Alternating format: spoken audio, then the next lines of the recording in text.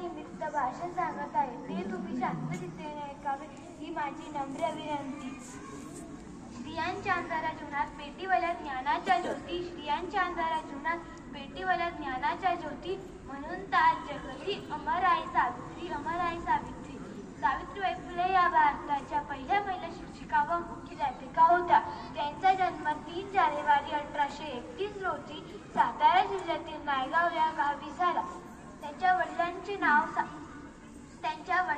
नाव खंडोजी नेवसे पाटील व आईचे नाव लक्ष्मीबाई होते.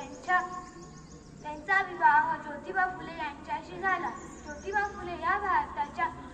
फुले हे भारताचे थोर समाजसेवक होते. महात्मा ज्योतिबा फुले यांनी त्यांना लिहायला वाचायला शिकवले व पुढे जाऊन सावित्रीबाई फुले यांनी पुण्यामध्ये पहिली मुलींची